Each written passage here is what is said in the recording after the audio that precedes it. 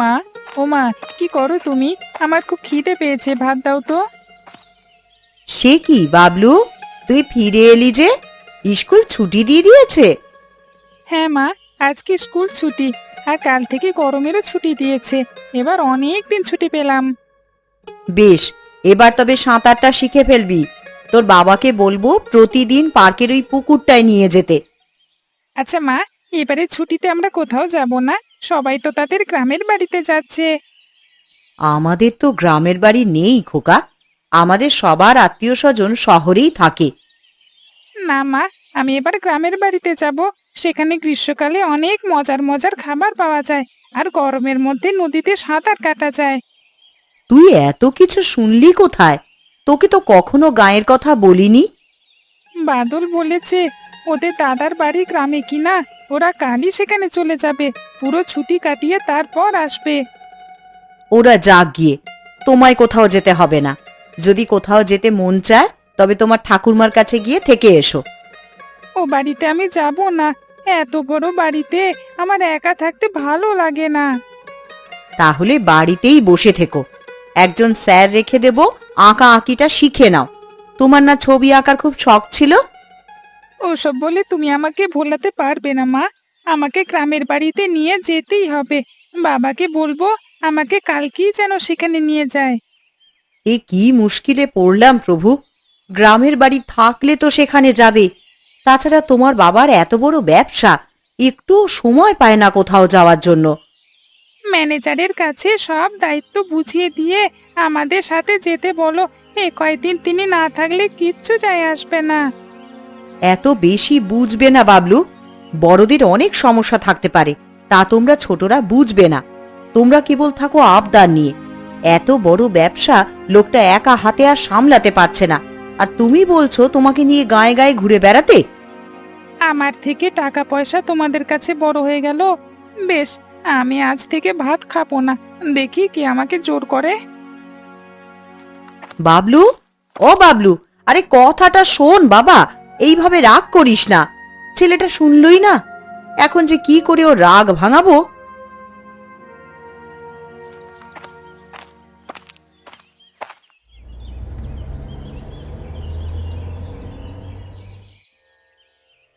বাবলু, ও বাবলু, দরজাটা খোল বাবা, এসে কটা খেয়ে নে।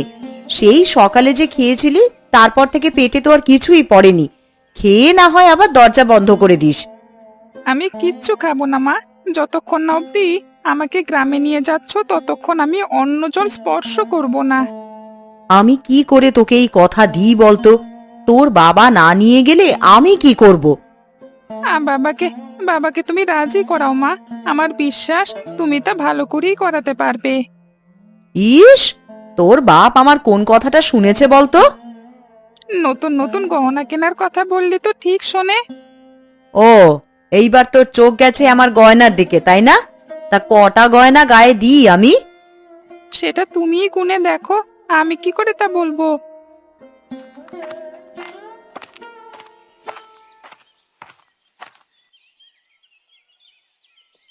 কি হলো জয়া, এখানে দাঁড়িয়ে রইলে যে? বাবলু কোথায়? ও এখন আসেনি? ওগো, তুমি এলে? আরে দেখো না ছেলেটা কি করছে। সেই তখন থেকে দরজা আটকে বন্দি হয়ে আছে, কিছুই খাবে না বলে। খাবে না কেন? কি হয়েছে ওর? ওর স্কুল কদিনের জন্য ছুটি দিয়েছে। এই সময়টা ও কোনো গ্রামে গিয়ে কাটাতে চায়, কিন্তু আমাদের তো কোনো গ্রামের বাড়িই নেই। এই কথাটাই ওকে বোঝাতে পারছি না। আরে গ্রামের বাড়ি নাই তো কি হয়েছে?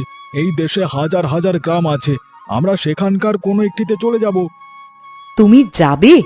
তোমার না ব্যবসা বাণিজ্য আছে? আরে আমার একমাত্র ছেলে একটা আবদার করেছে, তা কি আমি না রেখে পারি?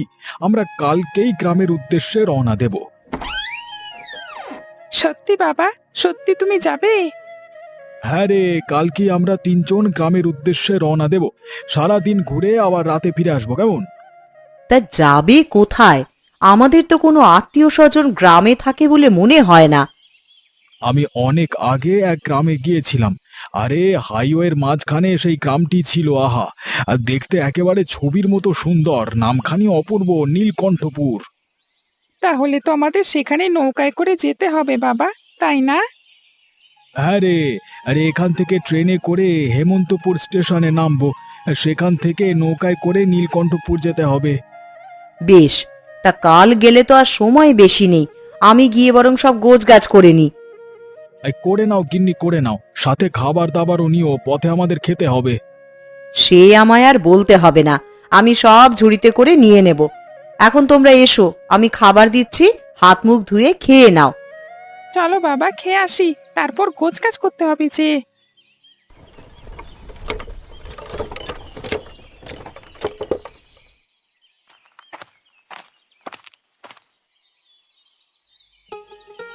গিন্নি, আরে ও গিন্নি, আমার জুতো জোড়া কোথায় রাখলে? আরে বাইরে যাব, খুঁজে পাচ্ছি না তো। আরে ওই তো, ওই রোয়াকেই তো রাখা আছে। তা তুমি আবার এই রোদের মধ্যে কোথায় যাচ্ছ? বাজারে যাচ্ছি গিন্নি, কিছু বাজার করে নিয়ে আসি। সে কি, আর ঘরে তো চাল ডাল সবই আছে, এর মধ্যে আবার বাজার কেন? আমার মন বলছে আজকে আমাদের বাড়িতে অনেক অতিথি আসবে, তাদের জন্যই কেনাকাটা করব। এই বুড়ো বয়সও তোমার ভীমরতি গেল না। এত টাল বাহানা না করে সোজা সাপটা বলেই ফেলো না যে তোমার আজ ভালো মন্দ খেতে ইচ্ছা করছে।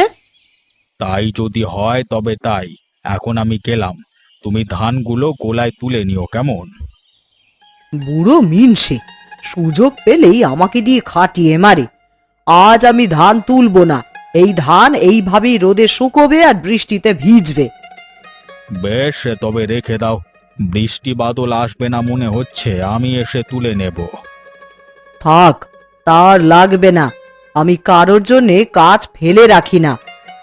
তবে তোমার জন্য পান সুপারি নিয়ে আসবো বুড়ি, এখন তবে গেলাম আমি কেমন?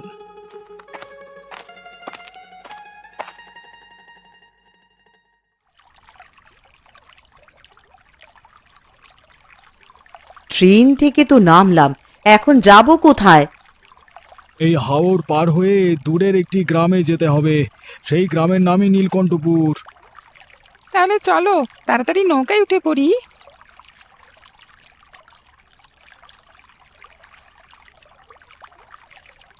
আরে ও মশাই, নীলকণ্ঠপুর যাবেন নাকি? আমি এক্ষুনি যাচ্ছি ওইদিকে।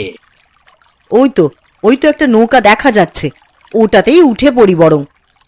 আগে তারা ওকে জিজ্ঞেস করে নি ভালোভাবে। ও হে মাঝি, আরে নীলকণ্ঠপুর এখান থেকে কতদূর? এখান থেকে 3 ঘন্টার পথ। বাতাস থাকলে আরো আগে যাওয়া যাবে। পাল আছে নৌকায়? হ্যাঁ আছে তো, দরকার হলে তা খাটাবো। বৃষ্টি বাদল আসলে সমস্যা হবে না তো? আগে না না, ছাউনি আছি, ও কোনো সমস্যা নেই। এই ঝড় বৃষ্টি এলে সমস্যা হবে না। আপনি চলুন না, চলুন। বেশ, তবে ওঠা যাক। আরে এসো সবাই, নৌকায় ওঠো, বসো। আপনাদের সাথে আর কেউ আসবে নাকি? না নৌকা ছেড়ে দেবো নাকি? না আরে না হে, তুমি ছেড়ে দাও, আমরা তিনজনই যাব। তা আপনারা যাবেন কোথায়? কার বাড়ি, মানে কার বাড়ির ঘাটে নৌকা ফেরাবো আর কি, সেটাই জিজ্ঞেস করছি আর কি। আমরা কারো বাড়িতে যাব না, এমনিতেই এখানে বেড়াতে এসেছি। ও এই কথা। তা আমাদের গাঁয়ে প্রতি বছরই নানান জায়গা থেকে মানুষ ঘুরতে আসে, তাই না? তো এই বৈশাখ মাসে তেমন কেউ আসে না, এই প্রচুর ঝড় বাদল হয়তো সেই জন্য আর কি। আমাদের এই সময় ছাড়া কোথাও যাবার সুযোগ নেই, ছেলের স্কুল ছুটি হয়েছে তাই এখন এসেছি। এসে ভালোই করেছেন। এখানে বৈশাখ মাসে অনেক ফলমূল হয়, আম কাঁঠাল খেতে চাইলে আমাদের মানে আমাদের গ্রামটি উত্তম, তাই না? এই জানেন তো। বেশ বেশ, তাহলে যাওয়াই যাক না, গিয়ে না হয় জানা যাবে। হ্যাঁ,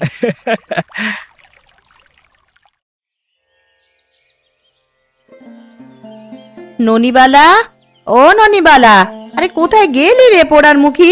কখন থেকে ডেকে মরছি আমি। আমি এখানে মা, ঘোষদের বাড়িতে গিয়েছিলাম আম কুড়োতে। ফের ওদিকে গিয়েছিলি? ওই ঘোষগিন্নির মুখ কেমন তো জানিস, ধরতে পারলে আর উপায় রাখবে না।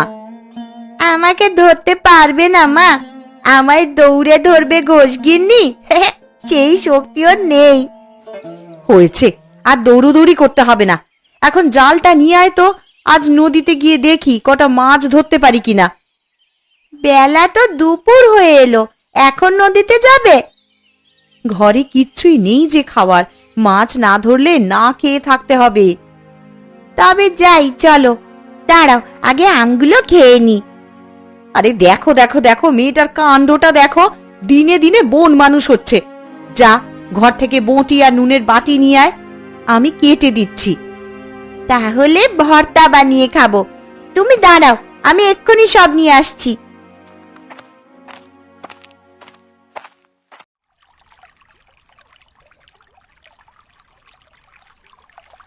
আরে কিভাবে ধরেছিস ননি? মাছ তো সব চলে যাবে, জালটা ভালোভাবে ধর না। ধরছি মা, তুমি টান দাও, এখন এতে মাছ উঠবে।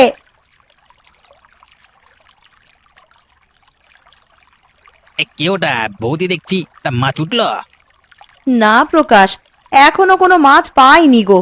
তা তুমি কোথা থেকে আসছো? এক গঞ্জে গিয়েছিলাম, এক সাহেবকে নিয়ে এলাম, ওনারা এখানে ঘুরতে এসেছে। বেশ বেশ, তাহলে ওনাদেরকে বটতলায় নিয়ে যাও, সেখানে গিয়ে খানিক বিশ্রাম নিক, তারপরে গ্রামটা ঘুরে দেখিও।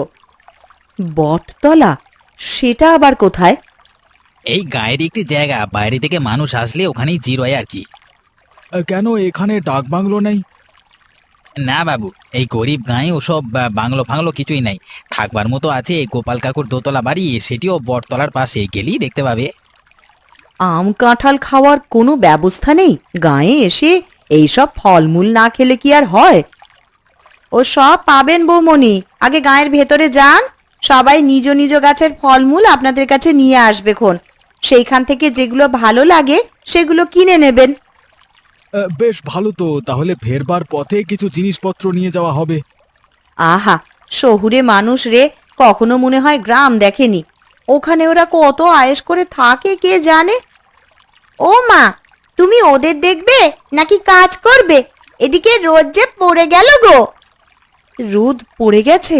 আরে তাই তো দেখছি, এই দিন দুপুরে হঠাৎ আলো কমে এলো কেন? কেন আবার? দেখছো না, দক্ষিণ আকাশ কালো করে মেঘ জমতে শুরু করেছে, ওটাই সূর্যকে ঢেকে দিয়েছে। দক্ষিণ আকাশে মেঘ জমা তো ভালো লক্ষণ নয়। ও ননিবালা, তাড়াতাড়ি কর মা, জাল নিয়ে বাড়ি ফিরতে হবে। বৃষ্টি শুরু হলে উঠোনের শুকনো পাতাগুলো সব ভিজে যাবে। বৃষ্টি নয় গো, আজকে ঝড় হবে।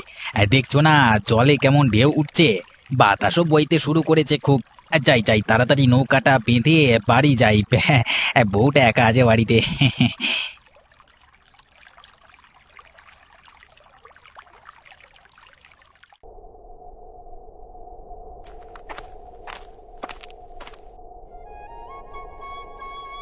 গিন্নি, আরে ও গিন্নি, কোথায় গেলে?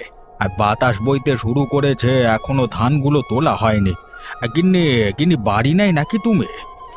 আরে আছি গো আছি, গিয়েছিলাম ওই বটতলাতে, সেখানে আজ কয়েকজন মানুষ এসেছে, দূর থেকে দেখে এলুম ওদের। নিশ্চয়ই ঘুরতে এসেছে, কিন্তু এই ঝড় বাদলের দিনে হঠাৎ এখানে কেন? ওরা জানে না কালবৈশাখীর কবলে পড়লে প্রাণ খোয়াতে হবে? তা শহরের মানুষ এত কিছু জানে নাকি? ঘুরতে মন চেয়েছে তাই চলে এসেছে। তবে ওদের দেখে অনেক বড় লোক বলে মনে হচ্ছে, বউটা যা দামি দামি গয়না পড়েছে না। বিষয়টা তো সুবিধের মনে হচ্ছে না। তুমি ধানগুলো গোলায় তোলো, আমি দেখে আসি তো কোত্থেকে এসেছে। আর এই বাজারগুলো নিয়ে যাও কেমন?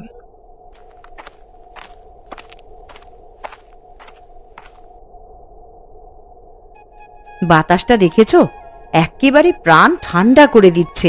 শহরে এমন সতেজ হাওয়া পাওয়া যাবে না। হ্যাঁ, অনেকদিন পর গাঁয়ে এসে ছোটবেলার কথা মনে পড়ে গেল। একবার পিকনিকে গিয়ে এরকম দৃশ্য দেখেছিলাম, এবার গাঁয়ে আসাটা তাহলে সার্থক হয়েছে।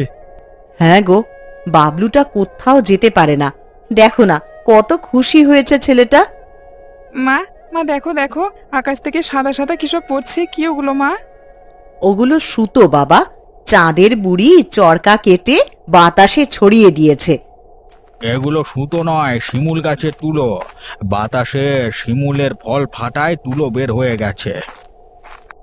ও এই ব্যাপার! দেখছেন, আজকে শহরে মানুষ বলে কত কিছু অজানা রয়ে গেল। আরে জানবার কোনো শেষ নেই, জীবনের শেষ মুহূর্তেও নতুন কিছু জানা যায়। তা তোমরা কোত্থেকে এসেছো বাবা? আমরা অনেক দূরের একটা শহরে থাকি, কিন্তু আপনি কে? আমি গোপাল, এই গায়ের মোড়ল। ওই দোতলা বাড়িটা দেখছো, সেটা আমার। কিন্তু তোমরা ওই কালবৈশাখী ঝড়ের মধ্যে এখানে বসে আছো কেন? কালবৈশাখী ঝড় বলেন কি? তাহলে তো শহরে ফিরে যেতে হবে। সে সুযোগ আর পাবে না, কিছুক্ষণের মধ্যেই ঝড় শুরু হবে। তোমরা কিছু না মনে করলে আমাদের বাড়িতে আসতে পারো, ঝড় শেষ হলে ফিরে যেও। নিশ্চয়ই যাব। এই কালবৈশাখী ঝড়ের কথা অনেক শুনেছি, এখানে থেকে প্রাণ খোয়াতে চাই না বাবা। তাহলে তাড়াতাড়ি চলো বাবা, এখানে থাকলে যে কোনো সময় গাছের ডাল ভেঙে পড়তে পারে। হ্যাঁ হ্যাঁ, তাই চলুন তাই চলুন।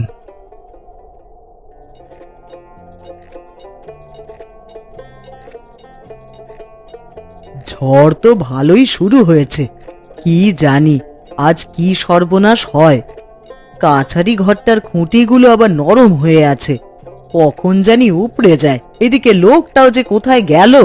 এই ঝড়ের দিনে এইভাবে কেউ বাইরে থাকে?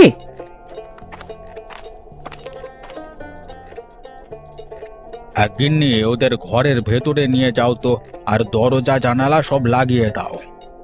ওদের নিয়ে এসে ভালোই করেছো গো, এই কাল বৈশাখীতে বাইরে থাকা একেবারেই নিরাপদ নয়। আমাদের আশায় আপনাদের অসুবিধে হলো না তো? না না, অসুবিধা হবে কেন? বরং তোমরা আসায় আমরা খুশিই হয়েছি।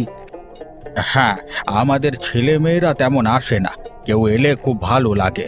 যাও গিন্নি, ওদের এবার ভেতরে নিয়ে যাও, মনে হয় শিলাবৃষ্টি শুরু হবে। মা গো, এত জোরে কি শব্দ করলো ওটা?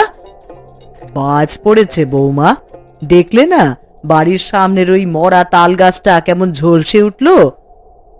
সামনাসামনি এমন দৃশ্য কখনো দেখিনি, প্রকৃতির আসল রূপ গ্রামে এলে দেখা যায়।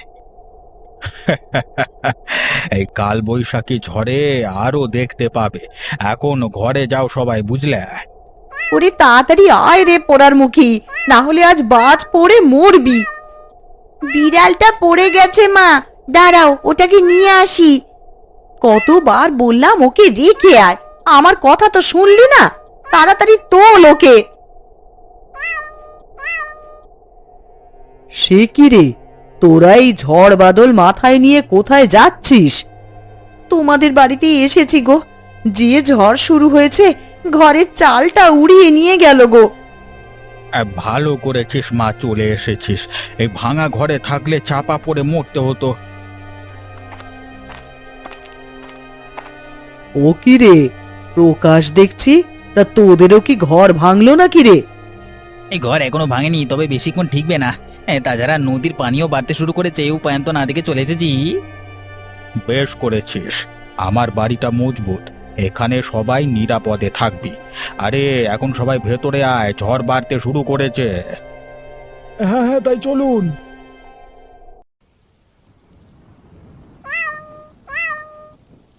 কেমন ঝড় এসেছে দেখুন, চারপাশ রাতের মতন অন্ধকার হয়ে গেছে। এমন ঝড় আমি কখনো দেখিনি বাবা। এই গাঁটার কি অবস্থা হয় কে জানে, সব ঘর যে তো সবই তো নড়বড়ে।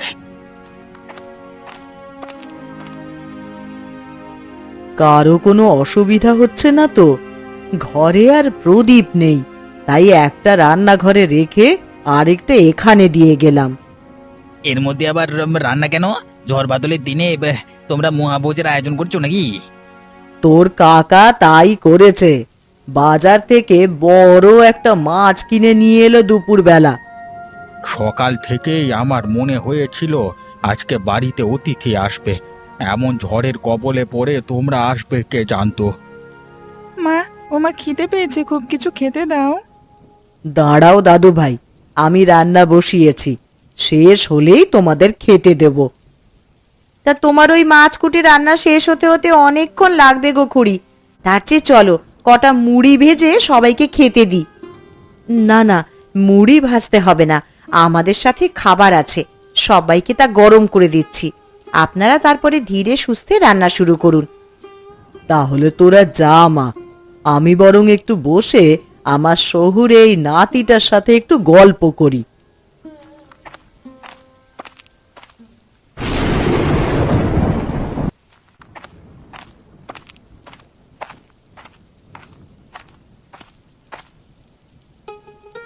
এই নাও সবার জল খাবার, পেট পুড়ে খেয়ে নাও, ভাত হতে কিন্তু রাত হবে। রাত হলে যাব কি করে? আমাদের যে আবার ট্রেন ধরতে হবে। ও আশা বাদ দিন মশাই, এই কাল বৈশাখীতে আর যেতে পারবেন না। হ্যাঁ তপন, আজকে তোমরা আমাদের সাথেই থাকো। এই ঝড় বাদলে ট্রেন পাবে না, তাছাড়া নদীর অবস্থাও ভালো নয়। নৌকা একটা আসতো আছে কিনা কে জানে বাবা।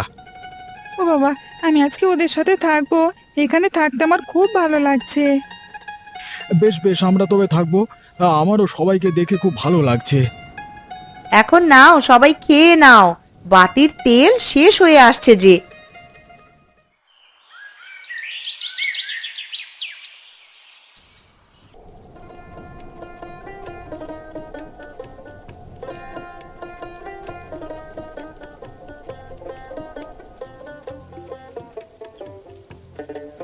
আহ ননি, এরকম করিস না তো।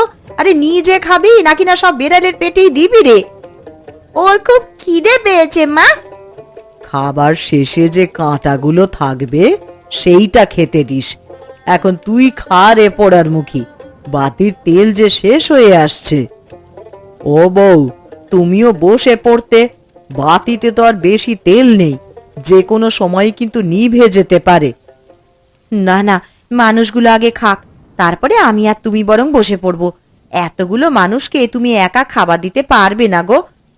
তাই ভালো, তুমি আজকে অতিথি সেবা করো। এমন সৌভাগ্য কজনের হয়? কাল বৈশাখীতে অতিথি আপ্যায়ন। হ্যাঁ সব মোড়ল মশাইয়ের জন্যই হয়েছে। ভাগ্যিস সে তিনি আমাদেরকে ডেকে নিয়ে এসেছিলেন, না হলে এতক্ষণে ঝড়ের তাণ্ডবে কোথায় থাকতুম কে জানে। এসবই হচ্ছে বিধাতার ইচ্ছে, না হলে এমন ঝড়ের দিনে আমার বাড়িতে আপনাদের পাত পড়বে কে জানতো। আমরা আজ আর বেশি কিছু খাওয়াতে পারলাম না। ঝড়টা কমুক, কাল সকালে সবাইকে রাজহাঁসের মাংস দিয়ে খিচুড়ি রান্না করে খাওয়াবো। আর কিছু লাগবে না কাকিমা, যা করেছেন তাই ঢের। সে কথা আমরা শুনবো না বৌমা। এই কাল বৈশাখীতে যখন আমার বাড়িতে উঠি পড়েছ, তাই আমরা যা রাঁধবো তাই খেতে হবে। কি বলো দাদু ভাই? হ্যাঁ মা, আমরা খিচুড়ি খাবো। আর আমি এখানে আরো অনেক দিন থাকতে চাই।